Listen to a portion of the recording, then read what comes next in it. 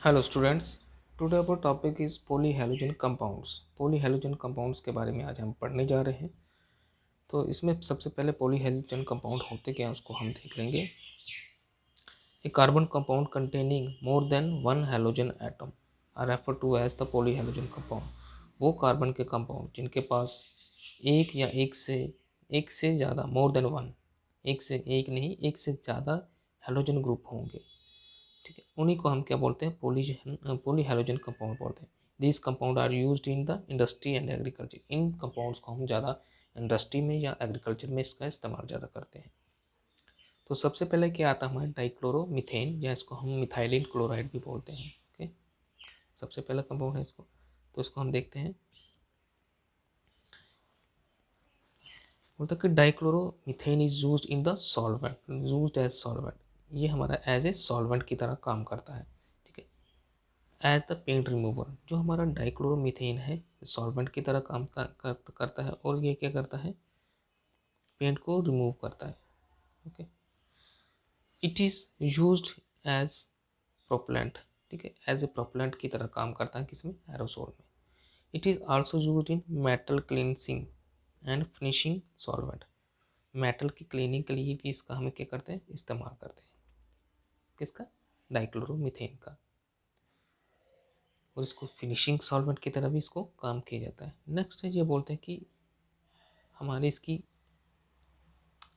Harmful effect क्या है। Methylene chloride के जो साइड इफेक्ट है, हार्मफुल इफेक्ट, ये क्या है। सबसे पहले ये हमारे सेंट्रल नर्वस सिस्टम को क्या करता है, पॉइंट आउट करता है। उसके सेंट्रल नर्वस सिस्टम को ये क्या करता है, खराब करता है।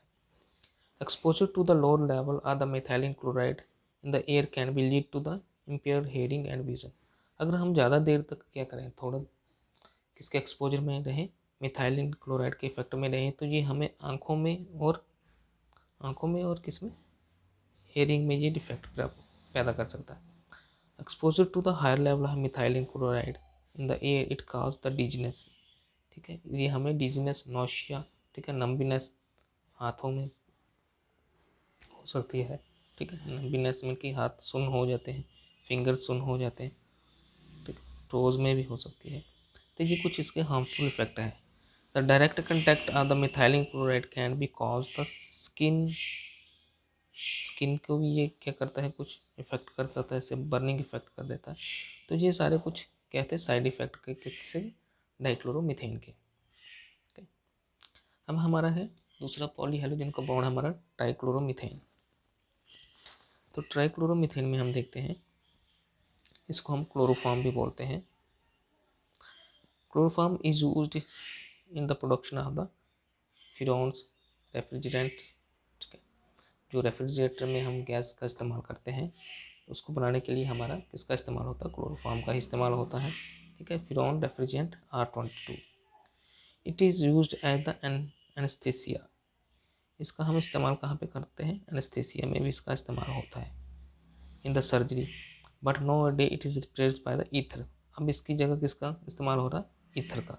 एनेस्थीसिया में क्लोरोफॉर्म का इस्तेमाल करते हैं, लेकिन आजकल ईथर का इस्तेमाल हो रहा है, क्योंकि वो ज़्यादा टॉक्सिक था जो हमारा क्या था, क्लोरोफॉर्म, लेकिन जो हमारा ईथर है ये टॉक्सिक कम होता है। अब क्या है, हार्मफुल इफेक्ट क्या है हमारे क्लोरोफॉर्म के, हार्मफुल इफेक्ट क्या है। The inhaling chloroform vapour can be depress the central nervous system. ये भी सेंट्रल नर्वस सिस्टम को इफेक्ट करता है। ओके, फिर ये बोलता है कि अगर हम क्या करें, ज़्यादा क्लोरोफॉर्म को क्या करें, इनहेल करेंगे, तो ये हमें डिजीनेस, फटीक, हेडेज की तरह के सिम्टम हमारे अंदर पैदा कर देता है। अब हम क्रोनिक क्लोरोफॉर्म के एक्सपोजर में रहें तो ये हमारी लीवर और किडनी को भी इफेक्ट करता है। ओके, अब ये बोलते हैं कि अगर हम क्या करें, क्लोरोफॉर्म और reacting with oxygen gas in the presence of light form फोर्जिन gas. Chloroform को अगर हम ऑक्सीजन के साथ ट्रीट करें तो हमें ये क्या बना के देता है, फोर्जिन गैस, जो कि बहुत ही पॉइजनस गैस है। तो ये कुछ पॉलीहैलोजन कंपाउंड की एग्जाम्पल आ गई, जिसमें ट्राइक्लोरोमीथेन की हमने पढ़ा, जिसको हम क्लोरोफॉर्म भी बोलते हैं। नेक्स्ट है, and so chloroform is stored in the close dark bottle. इसलिए क्लोरोफॉर्म को हम डार्क बॉटल में बंद करके रखते हैं, ताकि ये किसी के एक्सपोजर में नहीं आए, ठीक है। Completely field so the air can be kept out.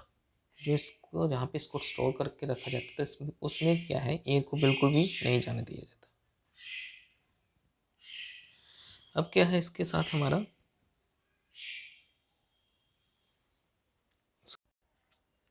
अच्छा इसी के साथ दूसरा हमारा ट्राई आइडोमिथेन, जिसको हम आइडोफार्म भी कहते हैं।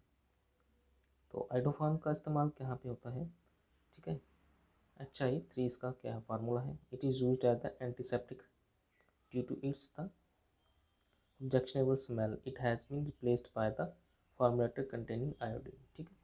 आयोडीन की जगह हम आजकल किसको इस्तेमाल कर रहे हैं, आइडोफार्म को इस्तेमाल कर रहे हैं as a antiseptic.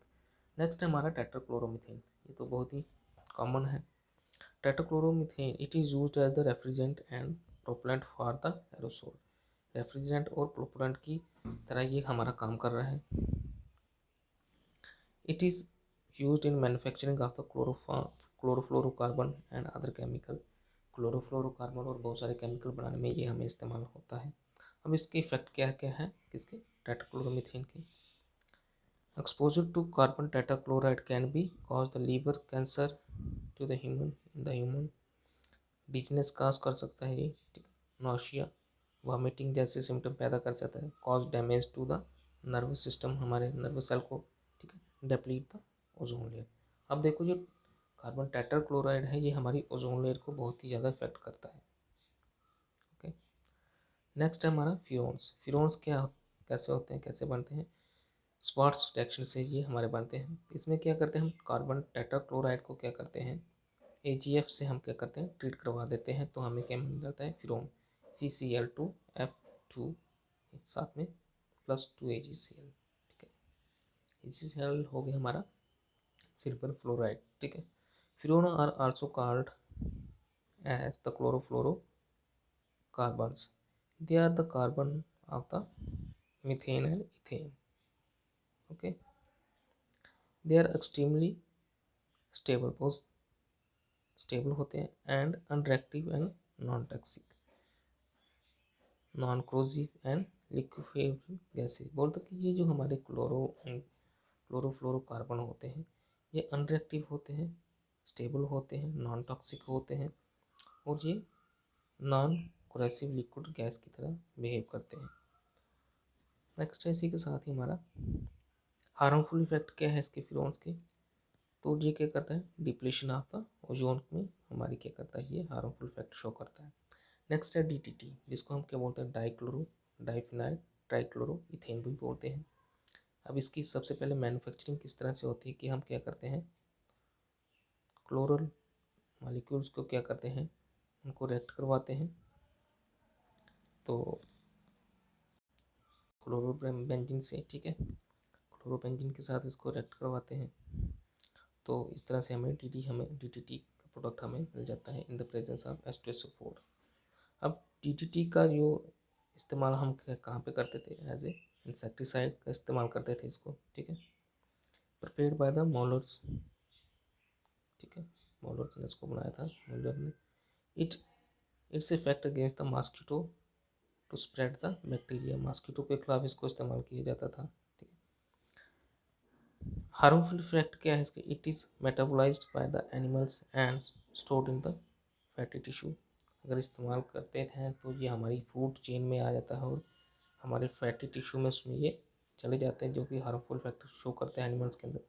Many species of the insect have developed the resistance against DDT, बहुत सारी स्पीसीज हैं वो DDT जो उससे अगेंस्ट लड़ने के लिए तैयार हो गई हैं, जो हमारे बहुत सारे हमारे इंसेक्ट वगैरह हैं उनके अंदर इस तरह से अडॉप्टेशन हो चुकी है। तो ये कुछ हमारे क्या थे, कंपाउंड्स थे जिनको हमने स्टडी किया है, पॉली हैलोजन कंपाउंड्स को। तो आज के लिए इतना ही, thank you, have a good day.